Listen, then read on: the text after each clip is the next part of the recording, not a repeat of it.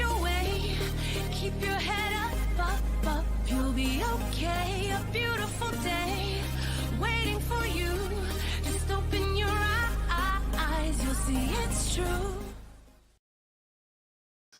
Hello, everyone, and happy Friday the 13th. Woo! Spooky. I mean, who believes in that? Do you believe in that? Comment and let us know if you think that Friday 13th really does have some spooky feeling to it. But today, I think Friday 13th is awesome because we have moved to our new day.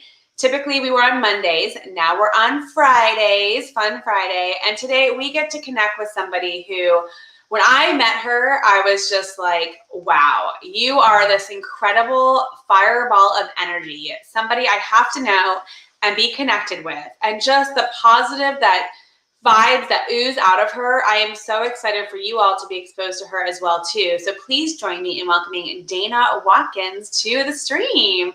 Hi, Dana. Wow, that was an amazing intro. Thank you, Jamie. Well, it's super true. I met you actually at Leadership Sarasota. That's when we met for the first time a little bit over a year ago. And I'm just so glad that we're able to connect today. We, as you know, I've mentioned before, the internet is not so great today on my end. So we'll roll through this. So I'm going to make it all about you. So Dana, share with us a little bit about what your role is now, what you do, and then we'll go back in time and talk about how you got to that role. Okay, so I do business development in the mergers and acquisitions arena for a company called Harris Computer. And our parent company is Constellation Software. We're actually the largest software holding company in Canada. And although I'm here in Florida, I work remotely. And we're one of the largest software holding companies in the world. And what I really do in English is I talk to software business owners and develop relationships with them. So whether it's in the near term or 5 or 10 years down the road, we have a relationship built up, and Harris is at the table to purchase their company when they're ready to exit. Got it. So you are in like the perfect role for you, just making friends and building relationships. Literally all day long, I talk to people who own software companies and learn about them and what makes them tick and how they got where they are today. And I just make relationships and connections. Once we start to progress forward, I do also all of the preliminary financial vetting and compliance, disclosure, non-disclosure agreements, things of that nature before we send it off to the real analysts in the company, which I always kind of refer to as like the underwriters, to really see what we're going to do with that purchase. How fun. How does someone get into a role like that? Like that seems like it's very fun to do. Obviously a lot of moving parts with it, but how did you end up where you are now? So that is such a great question. It actually started with going to college a little later in life. I was unexpectedly blessed with my first child at the age of 18. So I didn't get to go to college until I was 26. And we had dealt with, honestly, just with being poor for so long that I decided to get a degree in economics and a minor in finance because I didn't want to be poor anymore. And I wanted to help other folks not be poor either. So put myself through school, I went to school full-time, worked full-time for 5 years with a child in tow, and graduated magna cum laude. And then started in the banking industry and spent about 12 years in the banking industry, ended up being a VP for 2 large banks, working with both retail clients and business clients to help them with their money in every way you could possibly think of. So when I was working with business clients, because that was about 80% of my book of business, I would always ask them, what is your exit strategy? How are you going to get out of this business at some point? And 95% of the time, the answer was always, I don't know. I don't have one. I'm not even entirely sure what an exit strategy is. So I started working on building my knowledge and acumen through my banking career, but also my financial advisor career, because I did that for a while too. So that I could help my clients do this. Well, from doing all of that knowledge and learning over the years and everything else, it sort of fell into my lap from somebody that I know at Harris to potentially come on board and do the mergers and acquisitions. So I thought, wow, this is a perfect job for me and super duper interesting. And I've only been here for a couple months, but I have to say that absolutely love it. It's perfectly suited to my skills and my personality. And it's just, to me, it's a huge blessing to be here now. What an incredible story. I didn't even know that. That is such an incredible story to see how you just grown and developed and set your mind to something and then made it happen. So that's incredible. Thanks for sharing that. And, it's amazing. Let's go back to Dana, say 5, 6 years old. Do you remember what you wanted to be when you grew up? I wanted to be a doctor when I grew up. Oh, why is that? I think because I really love helping people, and I'm actually like a super geek, which still translates into I have an economics degree, right? Doesn't get a whole lot geekier than that. But I really do love to just learn, and I do love to, even though I'm a people person, I love to analyze and I love to figure things out. So in a lot of ways, the doctor thing is weirdly similar to the money thing. Yeah, well, I always talk about in sales that you really are a doctor of sales, right? You've got to diagnose before you prescribe. And that's what you're doing with your clients now, is that you're learning about them, you're asking questions. Your bedside manner are those conversations. Right. And us purchasing a specific software company may or may not be in their best interest. They may have a better offer on the table or a better fit on the table or a family member they want to pass it down to. But I never tell anyone to do anything that's not in their best interests. There's plenty of success to be had in life, just literally helping people. I love that mentality. It's just so important, especially in today's day and age. The more that we could be the helpers, the better this world will be, right? So that's just awesome that you have that thought there. Now, what if there's a software developer watching right now and they're thinking, oh, I don't have an exit strategy, but Dana, it sounds kind of interesting. I'd like to talk with her. What would be their way of connecting with you and learning more about what you guys do at Harris?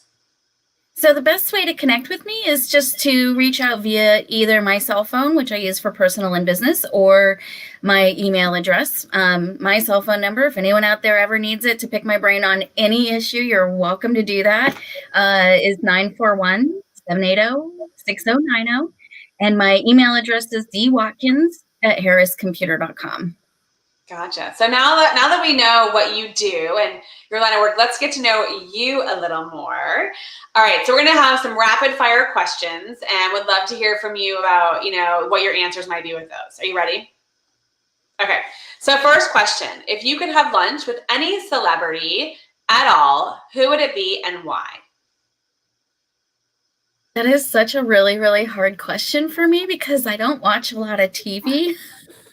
It could be anything. It could be a celebrity chef. It could be a celebrity politician. Probably not the best topic right now. It could be, that's still good, right? We always want to touch everyone. It could be a celebrity. It could be a character when you were growing up on a TV show. It could be anything, a movie, any kind of character, anything, fiction or real. You know what? I think I'd like to have lunch with Mickey Mouse. Oh, why is that?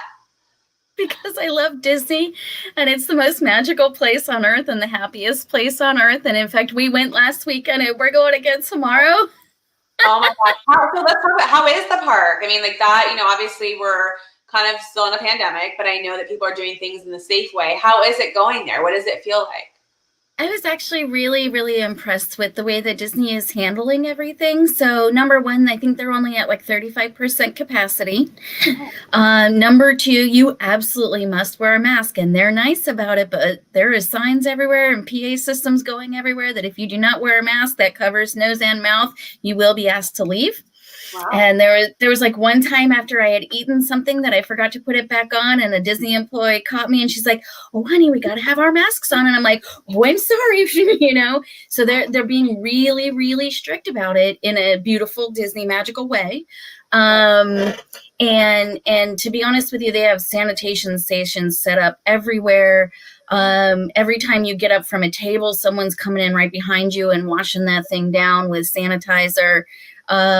Just that there's a constant level of cleanliness and whatnot. I did not in any way feel unsafe. But that's me personally. I couldn't tell you if somebody else had a different feeling. But everything went well, and that was a week ago, and nobody's gotten sick. So keep the fingers crossed. Are there long lines for the rides?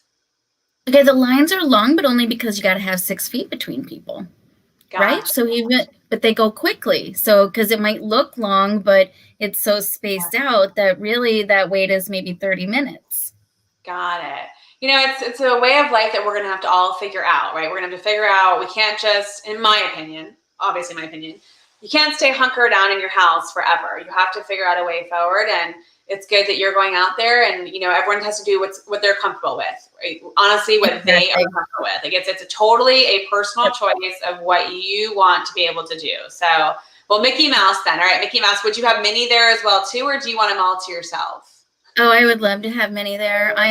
This think what you may of me, but I actually have a Minnie Mouse red and white polka dotted dress with a little black sweater that goes over the top.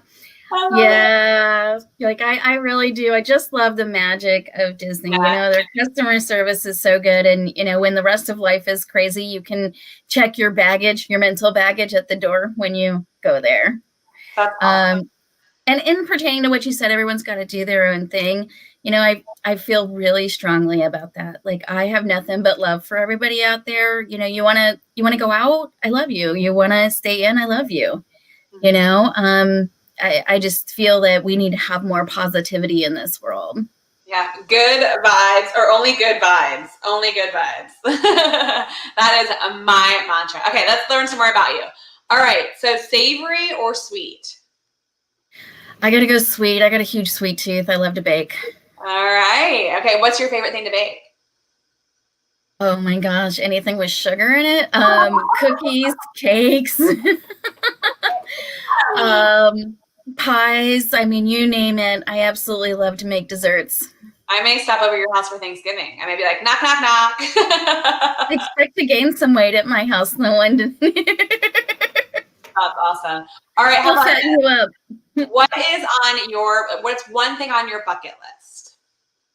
So, okay, here's the analytical side of me. I actually keep a bucket list in an Excel spreadsheet in prioritized order and check on it twice a year to cross things off and add things on and reprioritize if necessary. Wow. So that's amazing.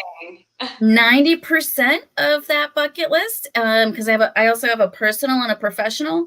And here's another funny one. When I got divorced, I made a bucket list for what I wanted in a man. Then I got it because I put it out in the universe. But anyways, 90% of my personal bucket list is all just lists of places that I want to go. Travel is huge to me. What's on the top of the list? Places to go. Okay, so the top of the list right now is kind of a tie between two things. I would love to do like a 7-day cruise on Royal Caribbean to the Eastern Caribbean, where you hit like St. Thomas and St. Martin, islands of that nature. And then right there tied with it in that same geography is I really want to just take a trip to St. John, to St. Thomas and St. John. They just look exceptionally beautiful to me. Mm-hmm. So that's definitely there. Nice. That's so two things. So when I was looking for, well, not looking, but hi Rachel's watching. She's saying hi, Dana. So when I was single looking to get married, I did the same thing. I finally was like, I had advice from a friend who said, write down everything that you want and the things that are absolutely not negotiable. And so it worked. I really do believe in the law of attraction, and what you put out there, you get back. And then I worked in a cruise ship for 2 years, and you must go to St. John. It is gorgeous. So do whatever you can to get there safely, obviously. But I did see Royal Caribbean is possibly thinking about coming back out. So your dreams could be closer to fruition than you thought. We actually have made final payment on a cruise out of Tampa, just going to Cozumel for the very end of January. They are in their final stages with the CDC of having their cleanliness and precautionary plan approved. And as long as that gets approved, I think by like December 31st, then we should be able to go. But the way I saw it is, even if you can't go, they'll give you a refund. They'll let you rebook the same cruise later for the same price, or they'll give you 125% towards rebooking to something different. So I'm like, I win no matter which way. Yeah, that's what I worked for. I worked for Royal Caribbean. So that's a great win for you. Yeah. So that's our favorite. It is 12:30. That was 15 minutes went by. I could feel like I could talk to you all day. So Dana, thank you so much. It's been a pleasure getting to know you even better. Thanks Sandy for watching. Thanks Rachel for watching. We had a few others that watched as well too. So they didn't comment, so I don't know who they were. But thank you all for watching. Dana, it's like I said, it's been a pleasure getting to know you better. Stay safe on this freaky Friday the 13th. I mean, I'm not sure what else. I will. Thank you for having me, Jamie. It's an honor.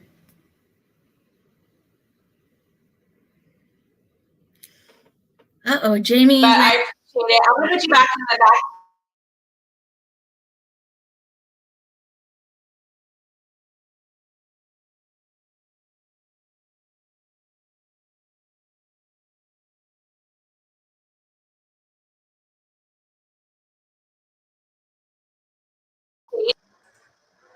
We will see